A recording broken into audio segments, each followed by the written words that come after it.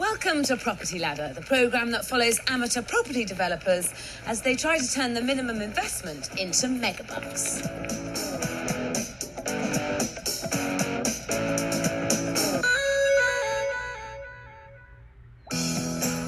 This week I'm in North Lincolnshire to meet clergyman Les Whitfield and his wife Judy, who've been married for just over a year. The church provides Les and Judy with a house as part of the job, but when Les retires, they will need somewhere to live. They've put their savings into this rundown house in a remote village called Luddington near Scunthorpe. They plan to renovate it and rent it out until Les retires. During those years, it will generate an income which will pay for their renovations and provide them with a lump sum for their retirement. They've set themselves a deadline of only 6 months to complete the work. So how much did you actually buy the house for? Well, 48,000. That was our starting point. Yeah. Well, but also our finishing point, as it happened. So how much are you planning on spending on the project? Well, we've set up a budget of £40,000 with a contingency of 10%. And how much do you think it will be worth when it's finished? Something of this size is going for about 105, 110. So the plan is to rent it out until you retire? That's the idea. That's the idea, yeah. There are two factors. One, we want it to work for itself, to earn some money until Les retires. Secondly, we love the house so much, we eventually want to come back here. Right, and how long is that? Well, it's going to be 7 or 8 years away, I think. Yeah, I think the Church of England throw you out in about 7 or 8 years. Yes, something like that. Is it too old? Yes. Les and Judy bought the property for £48,000. Their renovation budget is £40,000 with a £4,000 contingency, and they hope to raise the value of the property to approximately £105,000, making them a £13,000 profit if they decide to sell. However, their plan is to keep the house and rent it out for approximately £600 a month, which after 6 years they hope will provide them with a lump sum of approximately £50,000 to put towards their retirement. Les and Judy are inexperienced property developers, and this is a huge project with big risks attached to it. In order to make this project work, they need to design the house so it appeals to the market they're aiming for. The kind of tenant who is most likely to rent a big house like this would be an executive and his family who are moving into the area for a short period of time.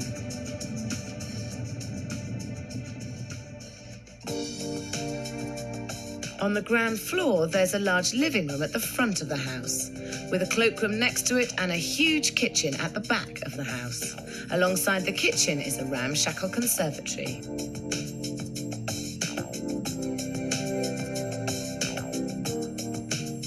Upstairs, there's a bathroom next to the master bedroom and 2 other smaller bedrooms.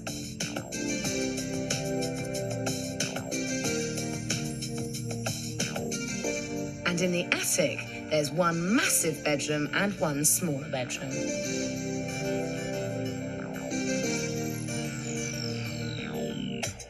And attached to the house is a derelict stable. This house is truly run down and needs a complete overhaul, including heating, electrics, and total refurbishment. A £44,000 budget may seem plenty, but not for a house this size and age, especially when Les and Judy are planning to make the house even bigger by converting the old stable into a 3-storey extension. So what's the plan with it? Well, the plan is that this will become integrated into the house, and the bottom story here is going to be the dining room. Above that will be a bedroom, and above that again, you will have an extension to the top small bedroom, which is in the attic room.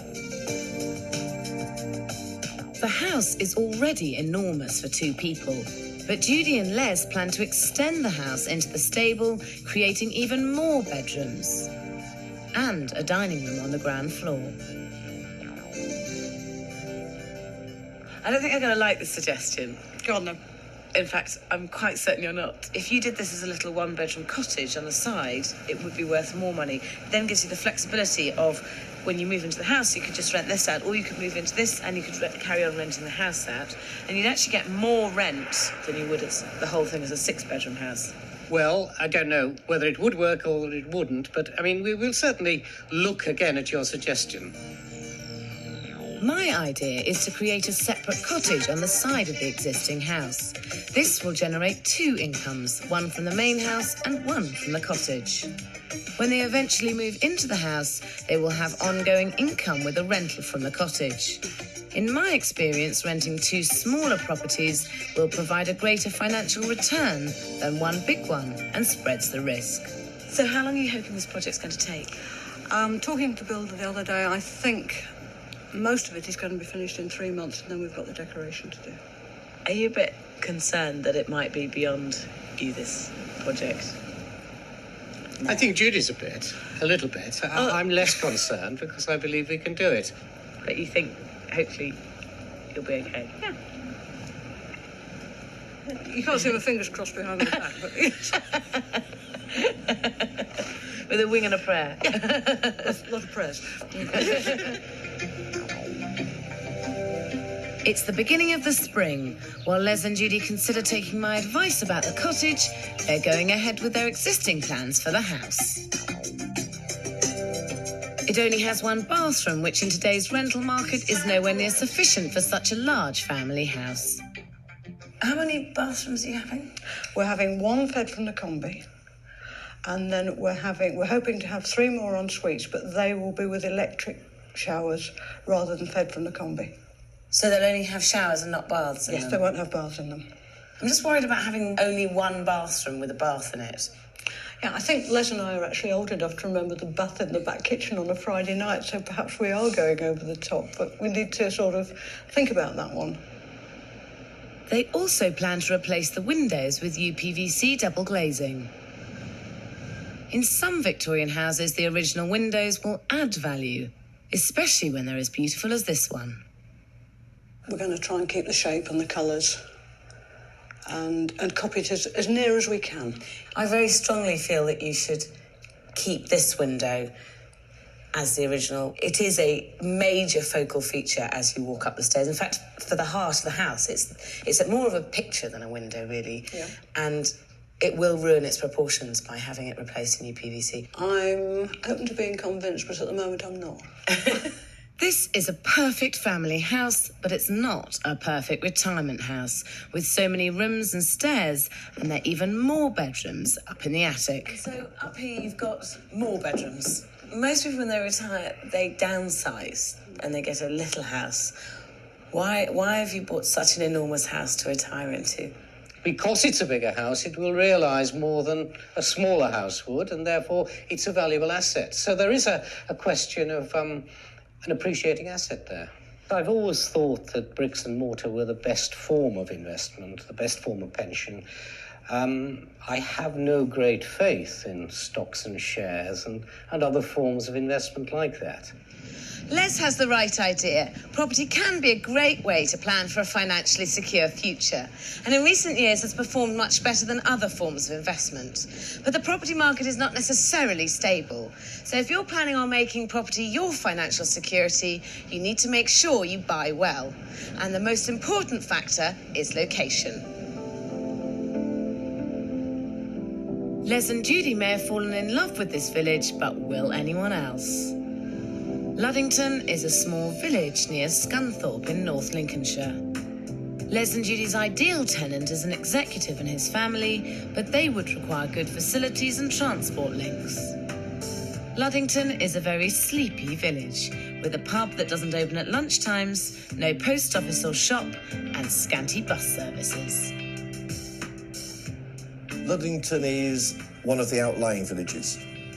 The property market there, in difficult market times, is hard. The property market is currently strong in the area, and Les and Judy should not have too much trouble renting the house. But what concerns me is in harder times, it may not be so easy. If you're planning to make property your pension, you're always better off with smaller properties in more amenable locations. Not only have Les and Judy bought in a fluctuating area, but they haven't precisely broken down their budget, which is very risky indeed, especially considering they've allocated such a small budget to do such a lot of work. For £44,000, they plan to build a 3-storey extension, put in heating and electrics, a bathroom and 3 shower rooms, new kitchen, and new windows.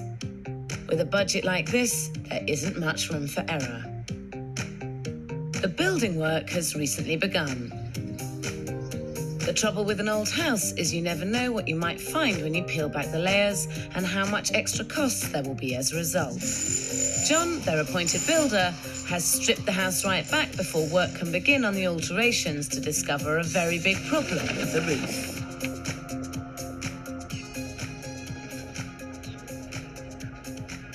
John actually started with the builders on the 20th, knocked through the wall between the top floor and the stable, thinking that it was going to be quite a straight run. We knew there were going to be a few problems, but nothing like there was, to discover that the brickwork wasn't in quite the condition we expected it to be, that the roof that had been put on hadn't been put on very well, the purlins were going nowhere, and the roof was not well constructed. Well, there's a bit of extra expense in there, but it's not too horrific. Within the general scheme of things, it's fairly small. OK, it's several £100, but, we're talking hundreds rather than thousands here. But this is why you have contingencies. Well, of course it is. And therefore, we're quite confident still that everything's under control.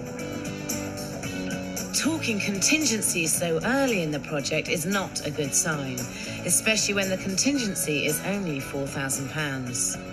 Les and Judy are putting their financial future into a house which is far too big and needs loads of work, and it's already throwing up problems which are pushing up their budget. They need to distance themselves and focus on the business to ensure they don't blow the savings they've worked so hard to achieve. Clergyman Les Whitfield and his wife Judy have bought a 5-bedroom house in a village near Scunthorpe, which they plan to let until Les retires in approximately 6 years' time. They're hoping it will give them a monthly income of £600 they can invest towards their retirement. I suggested that they could make more money if they turned the derelict stable attached to the house into a separate cottage.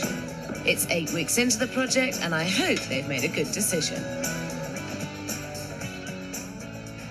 So you haven't decided to have a granny flat back in the extra part of the house? We decided against the granny flat. After you said that you thought it would be a super idea, I actually talked to the local planners and said, do we need planning permission? And he said yes, and it would be granted, but it would take a while.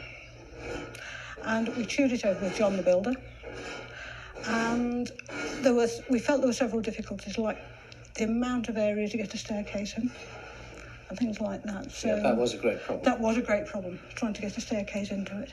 But what I will say, Sarah, is we didn't throw it out as out of hand straight away.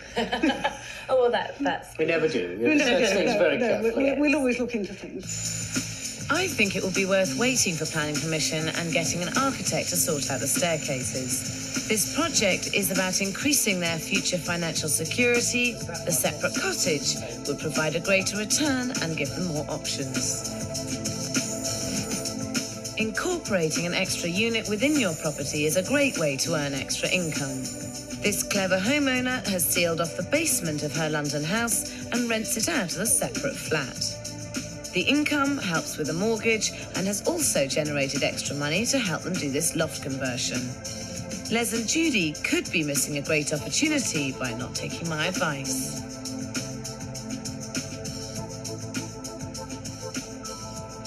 Les and Judy are not listening to my suggestion about the bathrooms either, and are going ahead with 3 shower rooms, leaving the house with just 1 bath. Les and Judy have replaced virtually all the windows in the house with wood-coloured UPVC. When you're modernising a period house, retaining as many of the original features as possible is often a selling point. In many areas of the country, you should keep the original sash windows. But in Les and Judy's case, I do understand why UPVC is appealing. The house is on a very windy corner, and the new windows are double glazed sealed units, keeping out noise and drafts, thus minimising heating costs. They're cheaper and easier to maintain in these harsh weather conditions, but I certainly think it's worth the extra cost of restoring the beautiful feature window in the hall. And have you decided what to do with the window at the top of the stairs? Have you taken my advice? No. We've decided Well, what... No, you're hang on. We've decided what we're going to do, but we haven't taken all of your advice. We are having an arched window with colours in the side in 3 autumn colours, but we're not rebuilding it in wood. We are rebuilding it in new PVC. Well, I look forward to seeing it. It will be interesting, won't it? An original fireplace is generally expected and desirable in a period property like this, but what they have is rather newer and uglier. Certainly we're looking at the idea of a wooden surround, but what the actual fireplace will be, we're not quite sure. We've looked at reproduction ones. We've also looked at alternatives like a brick fireplace. I personally feel that for the period of the house and what you're doing with it, it would be quite a shame not to have a Victorian insert. One day, when somebody else buys the house, they will expect that in a very Victorian house. But they do want to restore the beautiful cornicing. Because that's heavily damaged, it's been suggested that we make a mould of a good bit in latex rubber, and then we try and mould in plaster a piece of the cornice so that we can then sort of mould a number of slabs of it and then put it in the gap. It'll be fun trying. I have tried. You have? And it's not as easy as you'd think. Right. And you'll spend an awful lot of time with an awful lot of plaster all over you. I personally would recommend that you actually get a decorative plaster company or a man who does decorative plastering in to do it. Les and Judy are more interested in modernising the house for their own use and only want to keep a few of the period features. Original features will make the house more alluring, but may not directly up the rental income. They will, however, make the house more valuable if they decided to sell. But there is progress. The building work is moving swiftly ahead, but there are many rooms which just need decorating. To cut costs, Judy and Les are getting stuck in with some prep work. Before Les entered the clergy, he used to be an electrical engineer, so he's doing some of the wiring. Yes, I know, but it's a question of where you're going. No, it's that bit. What do you want? What do you want to do? That in there. All right. Don't do it the day job, darling. Strip. And strip she does, which is one hell of a job in this house.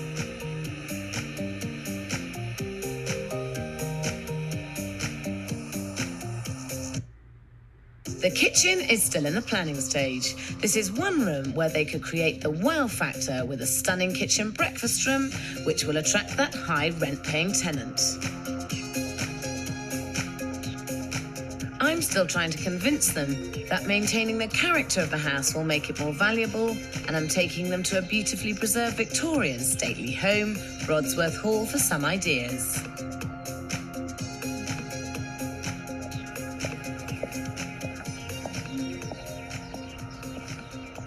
This is an absolutely classic, preserved example of a Victorian kitchen, which is great to see. Yes. It probably needs a little bit of blending with the new to be practical nowadays. They would have never had a fitted kitchen. You would have had dressers and freestanding units, which actually is very fashionable again now. And the table, again, that's absolutely classic of the period, is to have a big table with benches down the side. Again, that would really fit into your house, in your kitchen. I love it, I really do. You know, the big farmhouse table with everyone sitting around. Yes, I think we should consider that as a serious option. Yeah, I think... Instead of an island unit. What you're really trying to do is create the feel of a Victorian kitchen rather than replicate it. Perhaps by having plates or pans on display like this rather than hidden away in cupboards, and by other small things that you can do around the room you'll actually create that Victorian feel. Yes, we could very well do that, although I think you would acknowledge that we'd have to be an awful lot tidier than we are now. I'm sure you're right. As well as creating the right atmosphere, they need to make the kitchen sturdy enough to take a beating from tenants. So there's quite a lot of work to do left in this kitchen, isn't there? Oh, yes. Yep. In a house like this, that is a big family house, it's important that you have a good quality kitchen. It's going to be expected, and anything less just isn't good enough. I don't want to get it wrong. I've always wanted a house with a big enough kitchen to be the heart of the house, where people can sort of sit and drink tea and talk and things like that. One of the things that's really important when you're buying a kitchen, especially when you want it to look of good quality, is that you check what the carcasses are like, because the carcasses are what makes a kitchen feel like it's good quality. Cheap kitchens always have cheap drawers, and they feel like they're cheap when they open, and they look like they're cheap, and they fall apart because they're cheap. And well, they fall apart because they stick, so you belt them, don't you? In a smaller rental property, I would advise people to go for a cheap kitchen and replace it. But this family house deserves a kitchen of quality. And if the carcasses are strong in 6 years' time, they will simply need to replace the doors. So, to create a kitchen for rental with character, Les and Judy will need quality carcasses so they can replace the doors when they live in the house, shelving to reduce the amount of units needed, quality appliances which will last, and a big table to create a kitchen breakfast room. Les and Judy are really meticulous researchers. They found a good quality kitchen makers that is inexpensive as it doesn't have a flash showroom. But Judy chooses her dream kitchen even though she won't be able to use it for 6 years or so.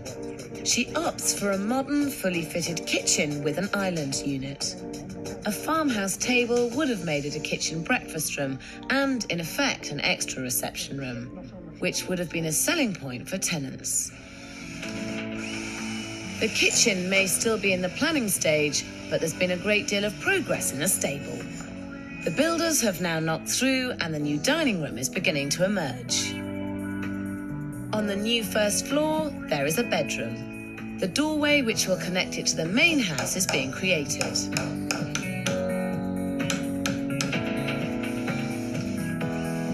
And one of the attic rooms has now doubled in size.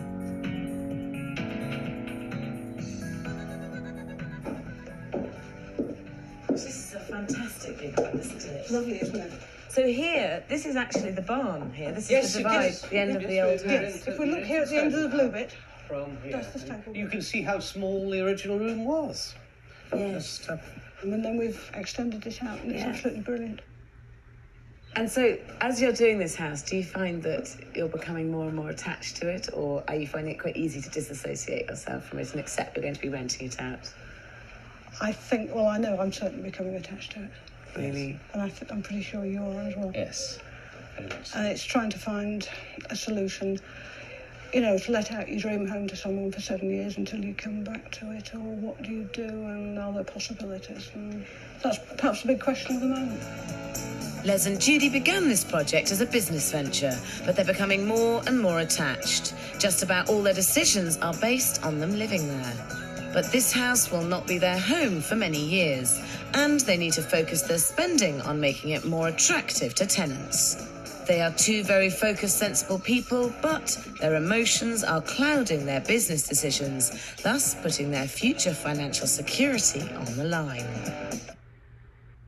First-time property developers Les and Judy Whitfield are renovating a house in a tiny village outside Scunthorpe. They originally planned to rent it out until Les retires.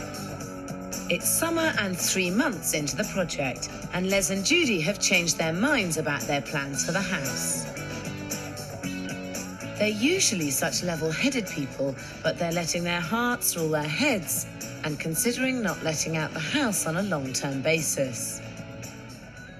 We were originally thinking of the standard 6-monthly type of lets until we need it, but we're thinking probably we can use it for some other purposes, that we could think about holiday lets, where for much shorter time And we could probably go a little bit more upmarket with it in that sense. Yeah. Since we've been working on the house, we've become more and more attached to it. And you think, well, really, I'd like to be here some of the time. And we've got 3 kids between us, haven't we? Yes. And they're fellas and husbands and partners and all that sort of thing. And it would be lovely to be able to get together a couple of times a year in somewhere big. So you know, we're a family, we're here. This is a completely different kettle of fish to property developing. It would involve them letting the house out on a weekend and weekly basis to tourists. The house would have to be fully furnished and cleaned thoroughly between tenants. Not only is it very hard work, but there will always be gaps. I don't believe there will be enough demand in this area to create enough income for their needs.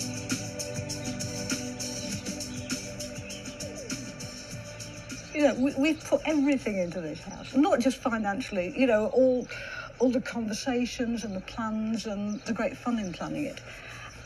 So I think what we're thinking about doing is actually using it for week and weekend holiday lets, aren't we? We're going to give it a try, I think. It's a lot of effort, though, doing holiday lets. Well, we'd have to have a housekeeper in the village who would help us to do that. Right. We couldn't do it ourselves. No, I don't think we could. If it was let over 6 years, full-time on a 12-month basis, you would be making about 50,000 over the next 6 years. Mm-hmm. And I'm just concerned that it'll be an awful lot of stress and you're not likely to actually make that amount by doing holiday lets.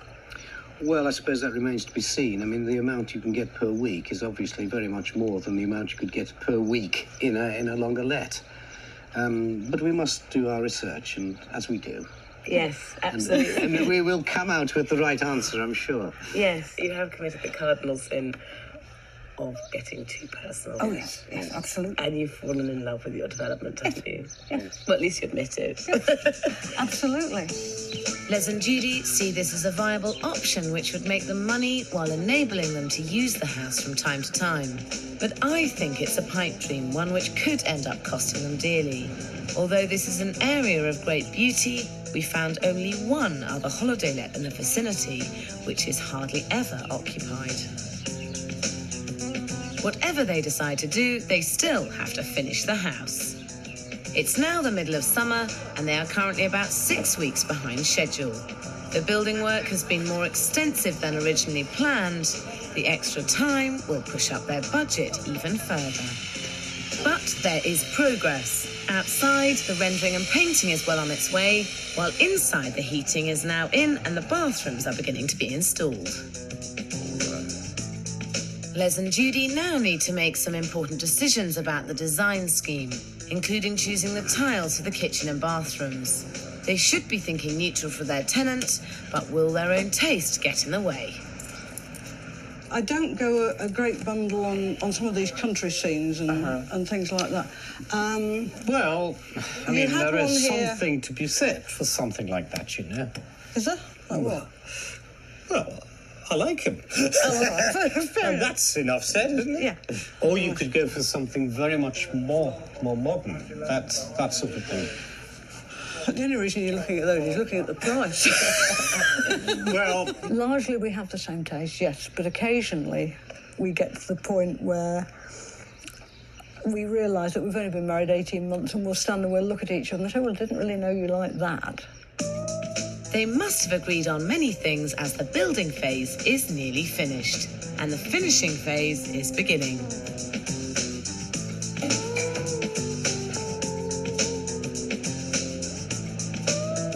Judy's beloved kitchen is finally being fitted.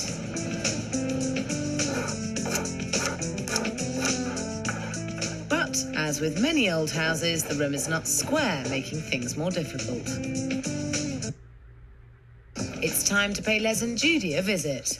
It's 4.5 months into the project, and I hope they focused on the fact that this house has to become a money-making machine before it can become their home.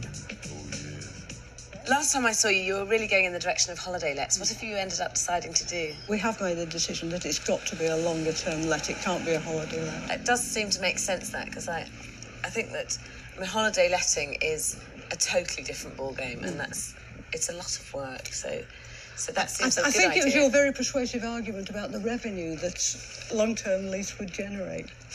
And we sort of thought, yeah. Yes. I think we've had to sort of be quite hard about it. It's going to be difficult because we've poured everything into it. We've poured heart and soul into this house for the last 6 months. It's great news that they've changed their mind. They're really thinking about their profits. They've even decided to drop a shower room. We've ended up with a family bathroom, 2 ensuite shower rooms and an ensuite washroom. In the scheme of things, 4 bathrooms in a 6-bedroom house is quite sufficient, really. I would hope so. Yes. Les and Judy have redesigned the beautiful stained glass window. I wish they'd listened to me. We're not happy with it. In effect, the design failed. Oh. Didn't it? I think the design could have been improved, yes. That's not what you said when the first time you saw it. You told me the design failed. Yes. You can't get everything right. No, I can't. No. We'll get most things right. But I don't think it's disastrous. I think it can be modified fairly easily. Les and Judy have now taken the window out and are having another go at redesigning it at exactly the time they need to be cutting back. But the most noticeable difference is the appearance of the outside of the house. The extension, really, it's pretty unrecognisable from the original. The important thing is, because it's blended into the house completely, as if it wasn't a sort of separate thing, as if it wasn't a stable originally. Les and Judy have knocked down the ramshackle conservatory and are now building a new, larger version. This will be an additional lump on their budget. Well, we were debating very extensively with ourselves whether we were going to do the conservatory as part of the initial phase or whether we're going to have a separate phase 2. But I think we've decided that we're going to go for broke and we're going to build the conservatory as part of the initial phase. And so we're going to complete the job now. I think as well, it will help with the income. It will help with the letting. Yes. The better the house looks with a conservatory, which will in effect be the 3rd reception room. Yes. As well as deciding to build a conservatory, they have also decided on some other quite major additions to their original spec. We're having new floorboards throughout, apart from in the lounge where they're pretty good because they've been covered by a carpet for many years. We've also made a decision that at the front of the house, where the wall is a bit bowed and it's very crumbly, we're going to go right across the front of the house with a brand new wall and with wrought iron railings on the top, which we think will just finish it off quite nicely. The new additions to the house will definitely make it more appealing to tenants, but they won't get them any more rent. So every penny they spend over their original estimate is eating up their projected profits. There are also other costs Les and Judy need to take into account, which will reduce their profits even more. When renting a property, don't expect it to be fully occupied. Allow for breaks in rental income to be deducted from the profits. Letting agents charge either a one-off introduction fee, which on average is a month's rent, or they can fully manage the property, which will cost you between 10 and 15% of the monthly income. Allow for wear and tear. Things will need replacing between tenants and a property will often need redecorating. Buildings insurance. The larger the property, the higher it's likely to be. And, of course, the additional income tax you will pay. So, if you're letting a property, allow for breaks in rent, estate agents' fees, maintenance, buildings insurance, and tax. Bearing this in mind, it is vital Les and Judy keep control of their finances. Not only will they lose some of their rental income with these expenses, but the more money they spend on the house, the longer it will take them to break even and start to make a profit. So how's your budget going? Is it on track? I think it's pretty well on track for the new situation. And of course, the situation has changed constantly through the project. We've found 1 or 2 setbacks. We've made additions, and I think that's important. But I think we've justified everything we've done. So I don't think we're doing too badly at all. It's higher than the wet finger in the air budget that we made at the beginning. Considerably. So how much have you spent so far? Well, at this moment, we've put about just over £60,000 into the renovations. We expect to with the conservatory, probably put about another 15 or 16,000 in. We're not putting it into a black hole. No. That's the important thing to realise. But we've kept each other's feet on the ground, but we've also kept each other going on it, haven't we? Yes. And I must admit, I've been the one who a couple of times has sort of, I wish we'd not have started, but it's a bit like the bacon sandwich, you know, the pig's committed. And... Yes. Les and Judy's budget is growing rapidly and the house is nowhere near ready. The more the budget grows, the more their profits shrink. Les and Judy need to detach themselves or their costs are in danger of spiralling out of control. It's the end of the summer and nearly 6 months since Les and Judy Whitfield began renovating this 5-bedroom house in a village outside Scunthorpe, which they plan to let out for 6 years until Les retires. They should have finished by now, but have encountered a bit of a setback. Things weren't going very well at all, and when I sat down and analysed it, I decided that the builder and I were no longer compatible. And I'd been thinking about this for 3 or 4 weeks, and I made the decision that it would be better, certainly for us, if we parted company. They started off brilliantly. It was absolutely magic. With the structural problems we had and everything else that we did, I couldn't fault it. The stresses of developing such a huge house have taken their toll. Fallouts with builders are all too common on big projects like this. It's difficult to keep a good relationship over such a long period of time, especially when everyone is under so much pressure. Remember to keep lines of communication open to try to avoid this happening. Without her builder, Judy now has to project manage the rest of the job herself in order to get the house finished as soon as possible.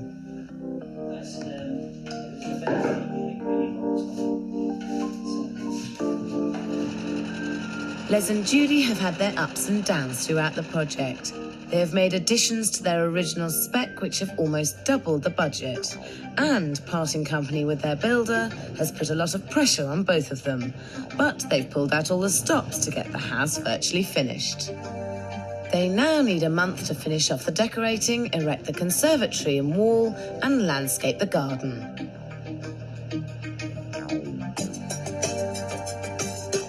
They were very brave to take on such a big project and have worked extremely hard to pull it off. And they've maintained a sense of humour throughout.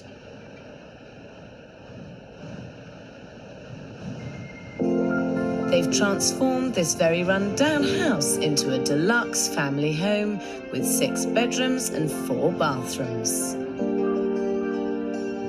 It really was an old wreck, which they've brought back to life with tender loving care. It stands proud and smart. The additions to the outside of the house will add the finishing touches.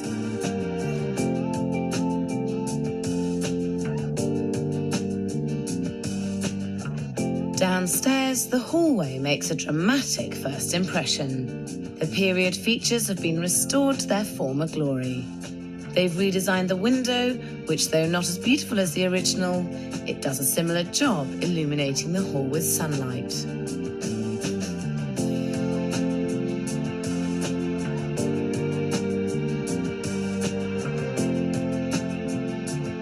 The living room will look lovely when the decorating is finished.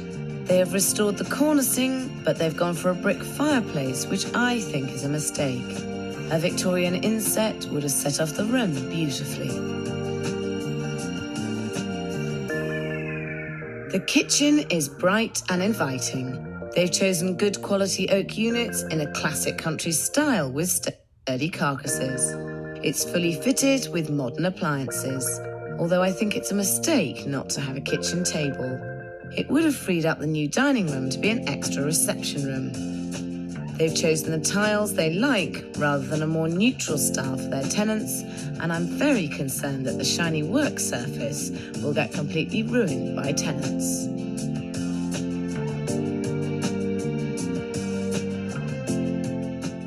Next to the kitchen is Judy's beloved dining room.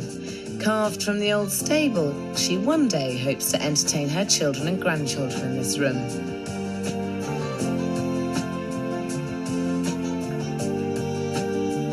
The main bathroom has been replaced with a new white suite and separate shower unit.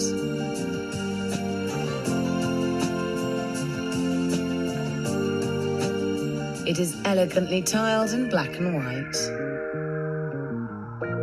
The new bedroom they have created from the first floor of the stable makes a good-sized guest room and has its own ensuite shower room.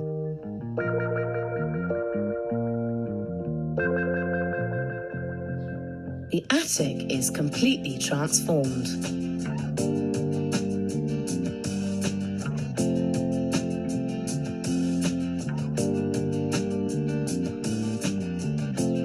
Les wants to one day make this room his study. And there's yet another bedroom in the room facing it, with another ensuite shower room.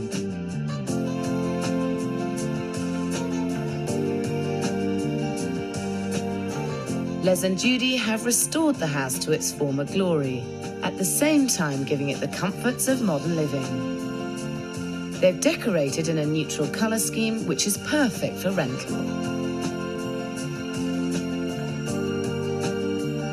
Their original budget was £44,000. They've actually spent £70,000, which is £26,000 over budget.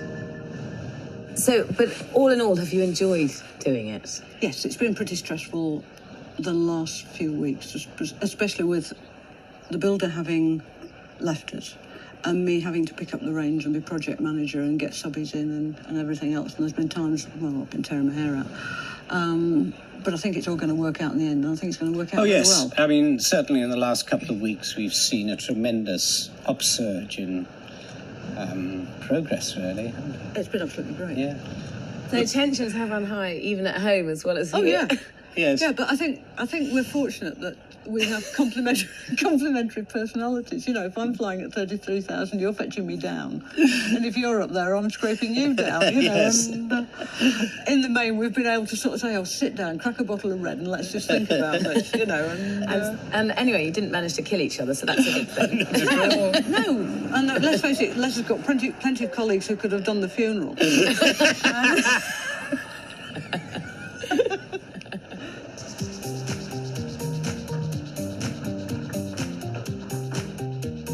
Even though the house will not be complete for a few weeks, this is the perfect time to get agents to begin marketing the property. To make this development work, Les and Judy need to achieve approximately £600 a month. This is lovely.